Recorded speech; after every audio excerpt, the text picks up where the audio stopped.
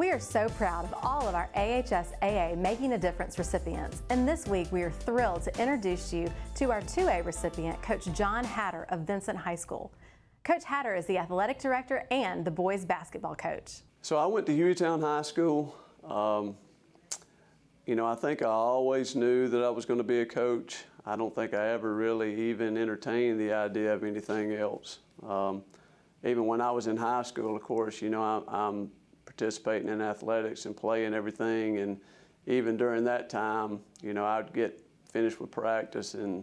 I'd go home in the afternoon and coach my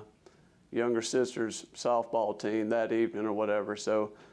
going into education was just something that, that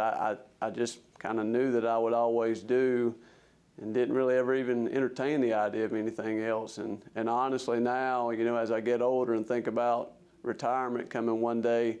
I'm not even sure if I'm really suited to do anything else after that, So education and coaching is just something I always knew that I'd be a part of. The biggest challenges I think we face, really is when you're dealing with the kids, the same qualities that you really need to have good basketball players, have good football players, have good volleyball players are the same qualities that you really need to kind of become a good person. And so I think the challenge that you have is to try to teach them through sports how to develop in that way, how to handle adversity, how to handle disappointment, how to deal with anxiety. And so when you teach that through sports, and all of a sudden you're not just really developing the athlete, you're developing the student, the kid. And I think we have a tendency now, a lot of times, to try to really come in and rescue kids a lot of times from teachable moments that they have as they're growing up that are really important for them, in their development. So, that there are several times that our kids will have some decisions that they make that are not really good decisions, and that there's going to be some disappointment and some consequence that comes from some of those decisions that they make. And as parents now, and I'm a parent too, and even as coaches and teachers, a lot of times we want to come in and we want to shield them from that. We want to kind of protect them a little bit from that disappointment. But in reality, when you do that, you just kind of rob kids of a moment that they have that they really need to learn from, that's going to help them develop as they go down the road. So that's a challenge sometimes, to try to balance that in terms of helping them develop and letting them feel a little bit of that pain and that disappointment, while at the same time trying to, let them, encourage them and try to help them feel like, that you trust them and you believe in them. The rewards for me, a lot of times when you're a young coach, when you first get into coaching, sometimes it's a little bit ego-driven. You see, this is year 27 for me, so you see a lot of young coaches come in, and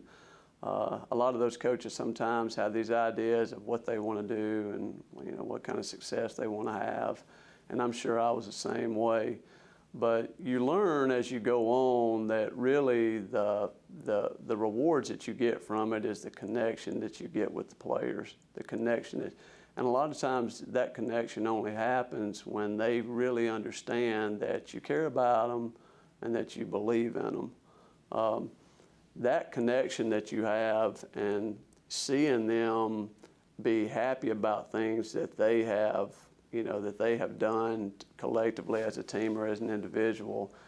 that's the best thing that you get out of coaching, seeing them in the locker room afterward and seeing them. Because we always tell our kids, there's a difference between want to and willing to.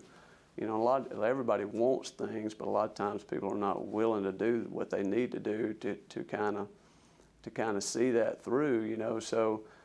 to see kids come together and to buy in like that and see them happy about things that they've done collectively as a group, that's the biggest reward that you get, because that connection that you have with them doesn't stop as soon as the season's over or their career is over. They'll come back after school or after their high school career is done, they'll come back and still want to talk and see how things are going. So that connection that you have and that bond that you get with some kids like that, that's really the biggest reward that you can get out of it. I think really the key to our program has really just been the way that we approach things every day in terms of the high standard that we have for everything. You know, so ultimately you have to, the kids have to kind of know that you trust them and that you believe in them. A lot of times when they feel like you believe in them, then they know that they're not just by themselves, you know. And once you kind of develop that and they feel like you care for them and that you believe in them, then all of a sudden it makes it a lot easier for them to buy into the idea of what you want your program to be like. And look, I'll be honest with you, we've had some really good athletes and some really good kids, and it's hard to ever be successful without having good athletes and good kids. So we've been very fortunate, very blessed. But a lot of times once you kind of get that culture set like you want, you have good kids and you have good athletes, and you can enjoy a sustained amount of success for a long period of time as long as you don't let your expectations and your culture slip.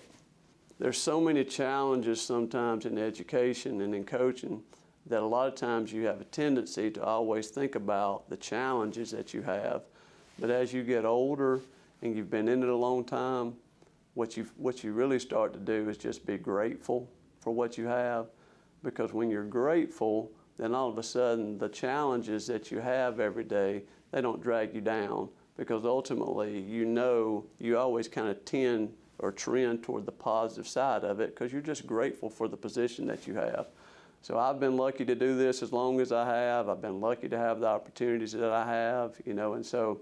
you know, when this all winds up for me, I can look back at everything and know that I've just been really blessed to have the opportunities that I've had.